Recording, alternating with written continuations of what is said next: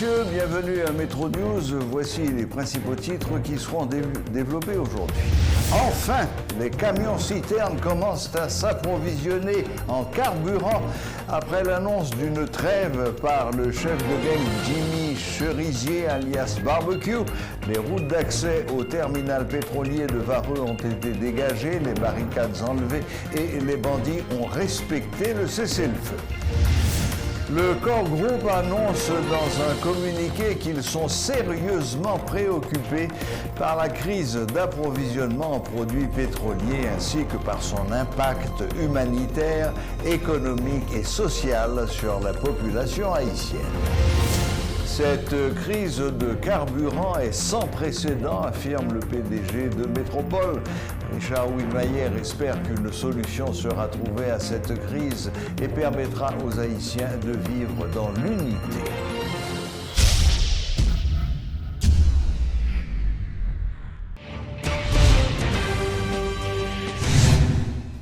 Après la trêve annoncée sur les réseaux sociaux par le chef de gang Jimmy Cerisier alias Barbecue, afin de permettre l'approvisionnement en carburant des stations-service, les routes d'accès au terminal pétrolier de Vareux ont été dégagées, les barricades enlevées et les bandits ont respecté un cessez-le-feu. Ce vendredi, les activités du terminal de Vareux, 70% du stockage de produits pétroliers d'Haïti, avaient repris normalement. Des camions remplis de carburant, diesel et essence ont quitté le terminal tout au long de la journée pour approvisionner les stations-service à travers le pays.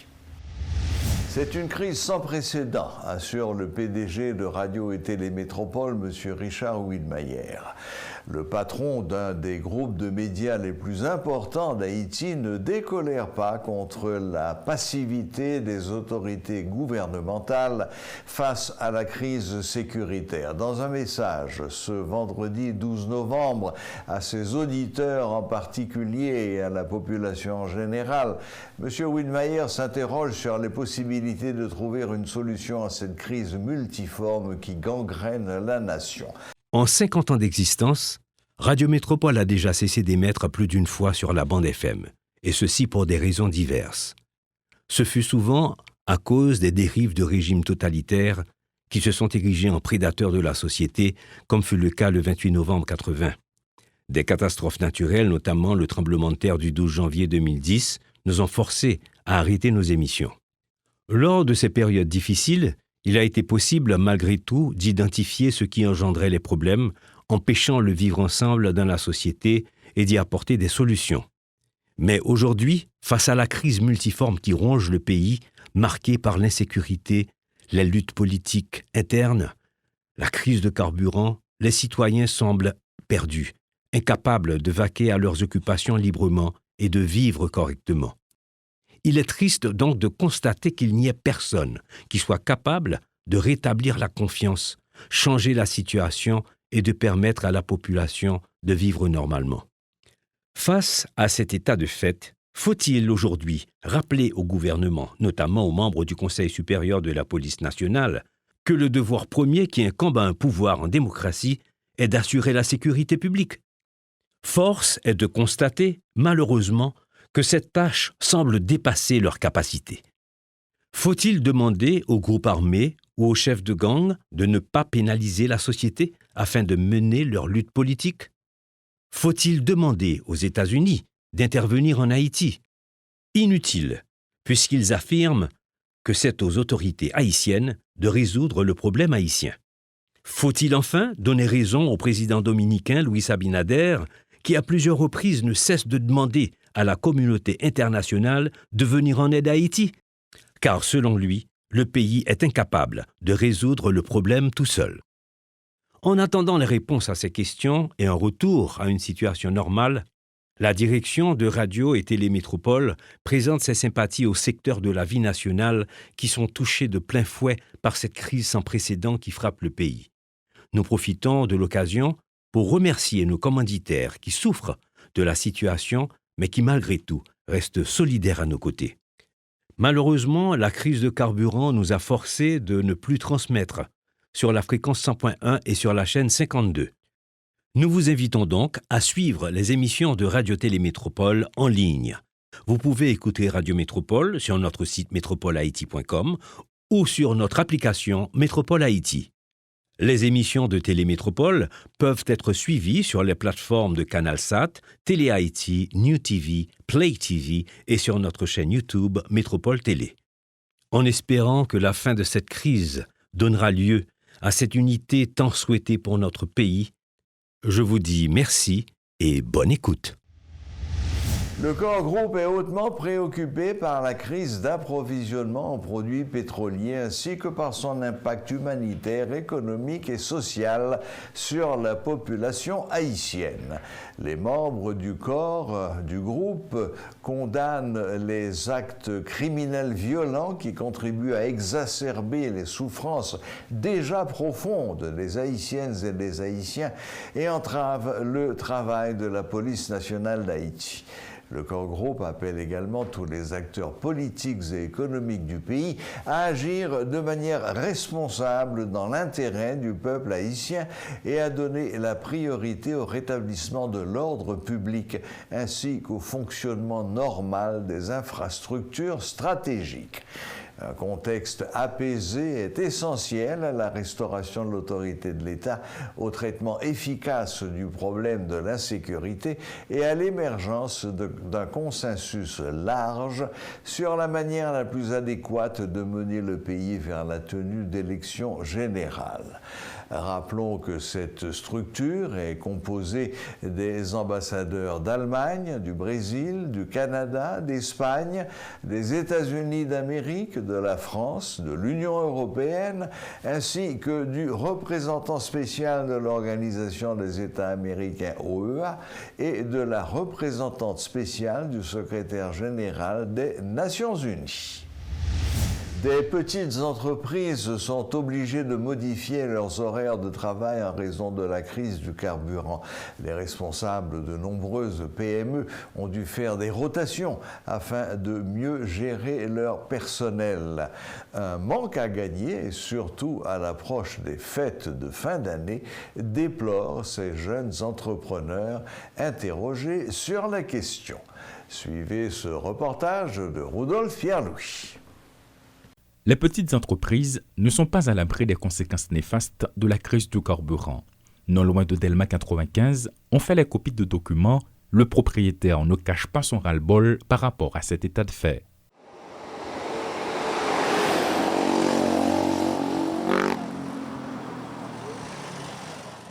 Les portes de sa petite entreprise sont ouvertes, mais rien ne fonctionne comme d'habitude. Les clients ne manquent pas, par contre. Il est incapable de répondre à leurs questions lorsqu'ils demandent quand il reprendra son activité.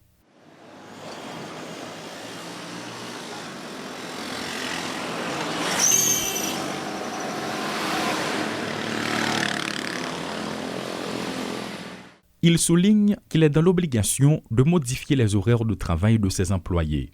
Si l'entreprise ne peut pas fonctionner, cela implique que les recettes seront plus faibles pour répondre à certaines obligations mensuelles, affirme-t-il. À présent, il s'agit d'une station de lavage d'automobile couramment appelée car wash. Ce jeune entrepreneur explique comment il fait face au quotidien à la rareté du carburant. Façon gaz là, il vient qu'on y a là, c'est tout le monde qui a un problème. Parfois nous travaillons, il y a des jours nous fermés. Il y a des jours nous fermés pour de l'eau. Il y a des jours nous fermés pour gaz. Bon, nous avons acheté gallon gaz diesel là, 5 gallons à 1000 gouttes.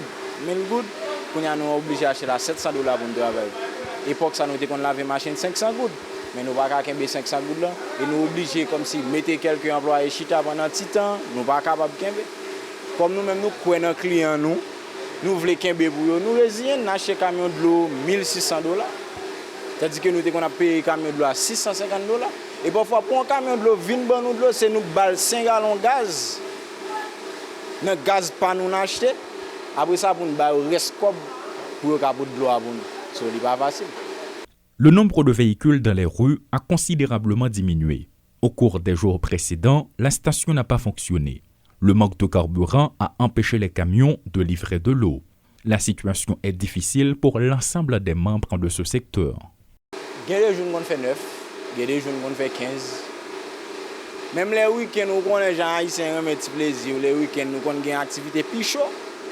Un week-end, on dimanche, nous avons fait 10 machines. On dimanche. Il y a des jours pendant la semaine, là, nous faisons 2 jours, 3 jours, nous ne travaillons. Nous avons passé toute la bagage fini. Mais je dis à nous reprendre l'activité. Nous reprendre l'activité, nous ne pas pour demain, comment ça va aller. Peut-être week-end, nous avons fait un kembe. Si nous toujours jouons gaz, nous jouons, nous résilions, nous sommes dans la donne, nous allons goumer. Les petites entreprises, tout comme les grandes notamment, sont frappées de plein fouet à cause de la crise de carburant qui perdure. Les services sont au ralenti et la politique de rotation, selon des propriétaires interrogés en ce qui concerne les employés, semble être la meilleure solution pour faire face en ce moment à cette situation. Une réalité qui représente déjà un manque à gagner à moins de 2 mois de la fête de fin d'année. Paul Léel, Claude Désir et Rodolphe Pierre-Louis pour Télémétropole.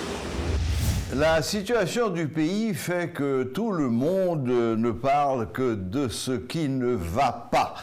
Et Dieu sait que les sujets de mécontentement sont divers et variés. Aujourd'hui, nous avons décidé d'aborder un secteur où les choses vont plutôt bien et surtout pourraient aller encore mieux, c'est celui du marché de la viande. Avec notre invité sur le plateau ce soir, nous allons vous présenter ce marché sous ses différents angles. Bonsoir William Savary. Bonsoir Serge, bonsoir Métropole, bonsoir tout le monde, bonsoir Haïti.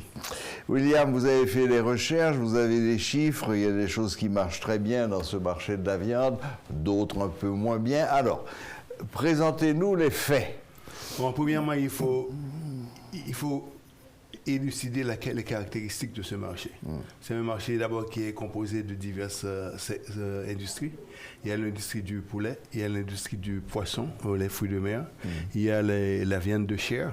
Et à l'intérieur de la viande de chair, nous avons les bœufs, nous avons les cabris et nous avons les porcs, nos cochons.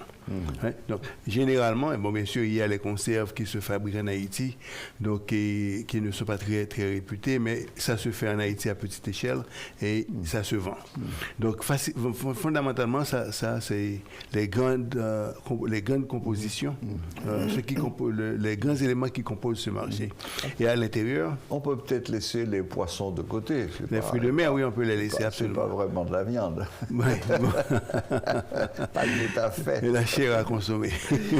C'est de la nourriture, oui, mais bon, c'est quand même un domaine spécial. Oui, maintenant, c'est vraiment les grandes compositions de ce marché. Maintenant, ce qui est intéressant, c'est que si on, par exemple, on prend le bétail, le bétail constitue non seulement une viande, c'est qui ne fournit pas seulement la viande que nous consommons, mais le bétail constitue également une source d'épargne dans la paysannerie. Et en fait, 60 à 70% de l'épargne de la paysannerie n'est pas placée dans les banques, mais plutôt dans le bétail. Donc, il y a donc les porcs, les cabris, etc., les moutons. Absolument, oui. Donc, et là, ça, c'est leur capital. Donc, ce qui est indépendant, par exemple, du volaille, ou c'est leur cash flow. Parce qu'avec le volaille, les gens vendent le volaille régulièrement et ça se reproduit rapidement et qui leur permet de satisfaire leurs besoins immédiats. Depuis ma plus tendre enfance, j'ai toujours entendu dire que pour les paysans haïtiens, c'était surtout le cochon et puis avoir autant d'enfants qu'on peut, parce qu'il y a une mortalité infantile qui était énorme, donc il fallait en faire beaucoup pour espérer qu'il y en ait 3 ou 4 qui restent et qui puissent s'occuper de vous à la fin. Et puis, bon, on le voit encore aujourd'hui dans la paysannerie, quand il y a un événement spécial, soit une mortalité des funérailles, soit un mariage, ben, on tue un cochon, ou bien on vend un cochon, et puis c'est comme vous l'avez dit, c'est leur banque, c'est leurs animaux. Maintenant, il faut aussi, pendant la période des fêtes champêtres, fêtes de loi, etc., et tous les lois qui tous les serviteurs de loi, normalement, il y a un service aux lois, il y a toujours un sacrifice. Bien sûr. Un sacrifice soit de cochon, soit de porc, soit de bœuf, soit de mouton, et parfois les volailles, bien sûr. Donc, il y a la consommation, il y a un élément culturel de la consommation, il y a un élément pratique de la consommation. D'autant plus qu'on m'a toujours dit que les lois avaient un très grand appétit. Bon, ça fait partie des rites de la pratique du vaudou. Donc, c'est pas que les serviteurs des lois ont beaucoup d'appétit. OK, alors maintenant, abordons l'aspect économique des choses. Le marché, alors commençons par le bœuf, puisque je crois que c'est vraiment ça qui est le point fort de vos recherches. Alors, le bœuf, d'abord, première caractéristique, c'est un bœuf qui est consommé presque à 100% localement. C'est aussi... Pas d'exportation. Bon. Vraiment, allons de parler du marché, parlons aussi, allons déblayer le risque qui est dedans. Parce que ce sont des animaux qui, par exemple, le bœuf en Haïti, c'est bio. Donc ça, on le nourrit d'herbe. 100% bio. Et pour avoir de l'herbe, il faut de l'eau. Il faut la pluie. Donc lorsqu'il n'y a pas de pluie, les rivières ne sont pas alimentées en eau. Donc il y a une sécheresse. Donc les gens qui s'occupent, qui font l'élevage, le risque vraiment se quintuple si toutefois il y a des manques d'eau. Et ça se manifeste, par exemple, dans la mort des animaux, parce que les animaux meurent de soif et meurent de faim. Donc ça, c'est le plus grand risque. Et pour cela, ils auraient besoin d'encadrement pour gérer ce risque. Mais malheureusement, nous ne sommes pas encore là après 2 siècles. Donc ça, maintenant, en matière d'opportunité, donc on a élucidé le fait que ce soit bio, donc c'est-à-dire qu'il y a une demande extraordinaire. 90% de notre marché, la consommation de viande est locale. 90% de la viande consommée en Haïti est une viande locale et bio. Et maintenant, ce qui est intéressant, il y a le docteur Chancy qui fut très bien. Un des membres du cabinet d'un ministre et qui est responsable de la production animale. Tout à fait. Il dit souvent que 100% de la production des bœufs en Haïti, 100% de la consommation en viande de bœuf en Haïti est produite en Haïti. Donc ça, c'est... Bon, oui, probablement 99, parce que de temps en temps, dans certains supermarchés, on voit des secteurs de la viande congelée où on voit viande importée, mais c'est minime, c'est négligeable. Absolument. Donc ça, c'est la première chose. Donc, maintenant, en matière d'opportunité, ça se consomme localement. Donc, là, c'est un marché qui est estimé à 45-80 millions de dollars. Là. Maintenant, en dehors de la consommation de la viande, il y a également les produits dérivés. Par exemple, il y a le lait. Donc, il y a le lait de vache. Le lait de vache, il y a en Haïti, nous sommes 10 millions. Donc, si on estime qu'il y a un litre de lait par mois, ça vous fait 10 millions de litres de lait par mois, 120 millions de litres par année. Donc, à 50 centimes la litre, ça vous fait 60 millions. Oui, mais il faut dire que la population haïtienne ne consomme pratiquement pas de lait frais. Elle consomme soit du lait en poudre, soit du lait concentré. Carnation. Oui, maintenant, c'est le potentiel du marché. On importe à peu près 18 à 22 millions de dollars de lait de carnation en Haïti. Donc, maintenant, c'est un pouvoir d'achat, une éducation, une formation qui pourrait être faite, donc ce qui doublerait le rendement du secteur de l'élevage.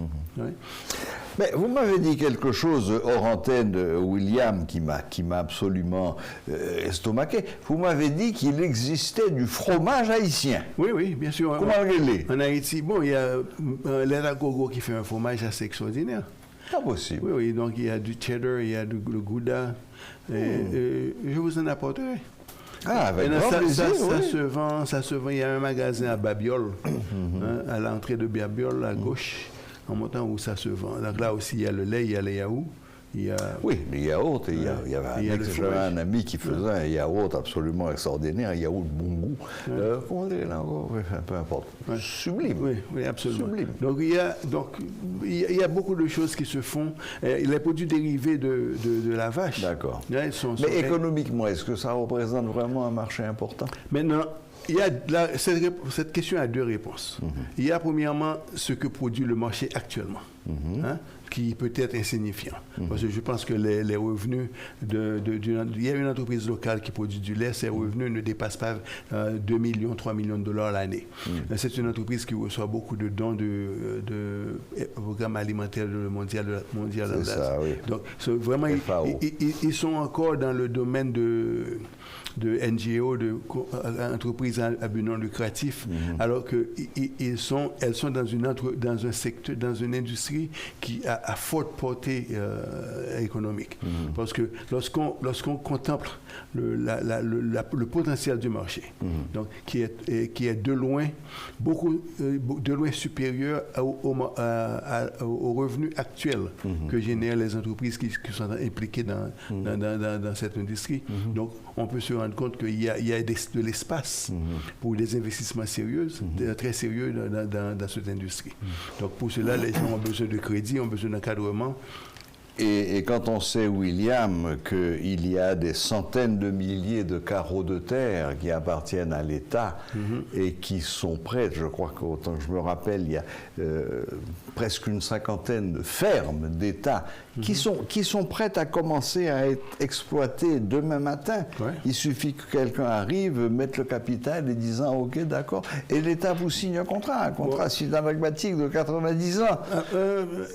Oui, mais et puis là, ça se gaspille, il n'y a pas une graine qui sort de terre dans ces terres riches, en plus. Donc, là, on est en train d'explorer le mécanisme de la gestion de l'État. Très bien. Parce que là, il y a tout un mécanisme pour transférer un bien du patrimoine de l'État et en faire un bien privé. Il serait affermé. Ce n'est pas nécessaire de vendre. Peut-être, non, c'est ça. Non, l'État en général, en fait, normalement en Haïti, à une époque, une grande partie du foncier appartenait à l'État. L'État possédait simplement à des bails. Et vous étiez fermier de l'État. De l'État, oui. Bien sûr. Donc, c'est vraiment avec le temps, les gens qui étaient les locataires, les déteneurs des baux, se sont appropriés les terres. C'est ainsi beaucoup de gens sont devenus de grands propriétaires fonciers alors que vraiment les propriétés appartenaient à l'État. Après avoir volé les biens de l'État. Oui, bien sûr. Belle bagaille. Donc, et William, malheureusement, il faut avancer parce que le temps passe. Donc on a vu le secteur de la viande bovine qui est non seulement intéressant mais très porteur et qui pourrait encore être développé beaucoup plus, non seulement la viande elle-même mais tous les produits dérivés. Cabrit, il y en a des millions. Est-ce qu'on a évalué le cheptel? Oui, en Haïti, on consomme 5900 tonnes métriques de viande de cabri par année. Et ça fait combien de cabris, ça? Parce que 5900 tonnes, ça ne me dit rien du tout. Donc, ça te donne rapidement 500 à 1000 cabris, je pense. Non, je ne suis pas sûr. Donc, peut-être, je ne suis pas sûr, 5000 cabris. 5000 cabris, c'est rien. Non, il te faut 2000 livres pour une tonne. Oui. Hein? Donc, si tu prends en général un cabri, ça te donne 3 livres, 4 livres. Oh non! Beaucoup plus. Oh, beaucoup plus, oui. Ouais, donc c'est vraiment un gigot de cabri peut peser facilement 3-4 livres. Le gigot seulement. Oh, si on estime 10 à 15 à 20 livres par cabri, ça te donne facilement 50 000 à 100 000 cabris. Ouais. Ouais. Maintenant, on exporte vers la Dominicanie à peu près annuellement 5 à 6 000 cabris par année. Ce qui n'est pas grand-chose. Oui, mais c'est ce qu'on exporte. Maintenant, la plus grande source de cabri pour nous, c'est l'île de la Gonâve. Ah oui? Oui. Donc, il y a vraiment de l'espace dans ce secteur pour que les gens... Malheureusement, il y a beaucoup trop de gens qui disent que le pays ne produit rien, alors que la production devait sortir. C'est nous autres qui devrions nous impliquer et produire, au lieu d'attendre que l'État s'implique ou que l'international se manifeste. Donc, je souhaite vraiment que les gens cesseraient de dire que le pays ne produit rien, mais plutôt d'explorer quelles sont les opportunités qui existent dans le pays et les exploiter. Très bien. Et puis bon, il reste évidemment le côté un petit peu sombre de l'affaire, c'est le cas de la poule. Bon, écoute, on produit beaucoup de poulets dans le pays. Oui, mais on en importe encore plus. Le dernier chiffre que j'ai, c'est qu'on importe 60 millions de tonnes de poulets par année. 60 millions? Oui. Et ça donne 60 millions de dollars. Ah! 60 millions de dollars. Donc on importe pour 60 millions de dollars de poulets chaque année et à 99% de la République dominicaine. Beaucoup des États-Unis. Des États-Unis également. Ensuite, ça vous donne à peu près 100 000 à 125 000 tonnes métriques. Yeah. Ouais. Donc, malheureusement, c'est du poulet aux hormones de très mauvaise qualité. Et maintenant, alors que nos petites poules locales... Ouais. Maintenant, ce qui est intéressant, c'est qu'à l'intérieur de cette filiale, bon, vous avez les œufs, vous avez le beurre, vous avez le fromage, et vous allez maintenant, lorsque vous parlez d'œufs, il y a toute une industrie qui se développe, parce qu'il y a les gâteaux, les pâtisseries, etc. Tout ça rentre dans la consommation. Oui. Donc aujourd'hui, il y a beaucoup de gens qui sont impliqués dans la production des œufs. Oui. Mais, mais nous ne sommes pas encore au rendez-vous où on devrait produire davantage. Maintenant, une chose qui est importante de dire, c'est que dans la zone CARICOM, Haïti est perçu comme le plus grand marché. Donc, parce que nous sommes quand même le pays après Cuba qui est à 15 millions d'habitants. Le plus grand marché en matière de population. Pour ces pays autour de nous, le plus grand marché où il faut exporter. Oui, c'est ça. Donc Haïti serait importateur, le principal pays importateur. Oui, bon, donc maintenant, pourquoi j'ai élucidé ceci, c'est parce qu'il n'y a pas assez d'efforts qui se font en Haïti pour identifier qu'est-ce qu'on pourrait fabriquer ici pour aller vendre chez eux. Parce qu'il y a la relation que nous avons avec CARICOM où les produits de la région peuvent circuler librement. Donc, au lieu de dire qu'on ne produit rien, on devrait vraiment se concentrer sur ce dont les autres en ont besoin pour qu'on puisse en produire. Bon. Ça, malheureusement, William, ça c'est le grand problème d'Haïti. On attend toujours que la situation atteigne un degré catastrophique pour commencer à se bouger, et encore, même pas tout le temps. Donc, il y a quelqu'un qui a eu à dire que le pays fait du surplace depuis deux siècles. Bon, il y a eu quelques petites poussées quand même. Moi, je me plais toujours à dire que les présidences de Dumarsais estimé et de Paul-Eugène Magloire ont été des présidences remarquables pendant lesquelles Haïti a fait des progrès extraordinaires au point de devenir numéro 1 dans toute la Caraïbe et dans tous les domaines. Dans tous les domaines. Bon. Ok, espérons que, comme on dit, l'histoire se répète et que bientôt on va recommencer. Bon, il nous faudrait trouver un estimé et un Magloire. Bon, je pense que le secteur privé de la République, le secteur les hommes d'affaires de ce pays ont un rôle à jouer. Devait être beaucoup plus actif en matière d'implication dans la politique de ce pays et dans la politique industrielle, dans la politique commerciale, tout ça. Mais malheureusement, on n'est pas encore au rendez-vous. Non. Bon, enfin, conclusion. Il y a du potentiel dans l'agriculture en Haïti, pas seulement la production de riz ou de petits mie ou de choses qui sont pénibles, mais dans la production de la viande de bœuf en particulier, il y a beaucoup de choses à faire. On pourrait devenir exportateur. D'ailleurs, quand j'étais jeune, il y avait la ASCO, j'oublie le nom. La AMCO. La AMCO produisait et exportait, même vers les États-Unis. Oui.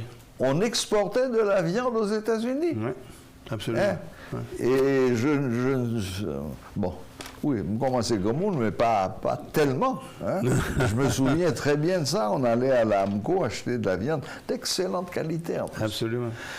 Ok William, eh bien merci. On va essayer peut-être de trouver encore des secteurs où il y a de l'espoir, où il faut donner un petit coup de pouce pour que ça démarre. Oui, il y en a plein dans le pays. Il y en a plein. Eh bien on en fera le tour.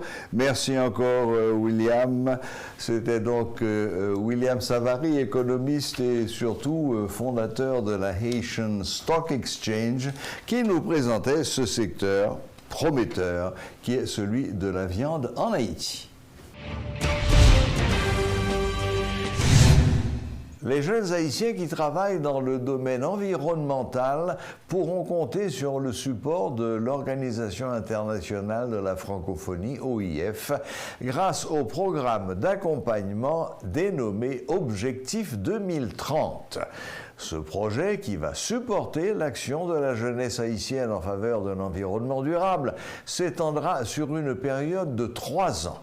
Au terme de ce projet triennal, l'OIF envisage de toucher plusieurs dizaines de milliers de jeunes, selon Emmanuel Adjouvi, représentant de l'Organisation pour la Caraïbe et l'Amérique centrale.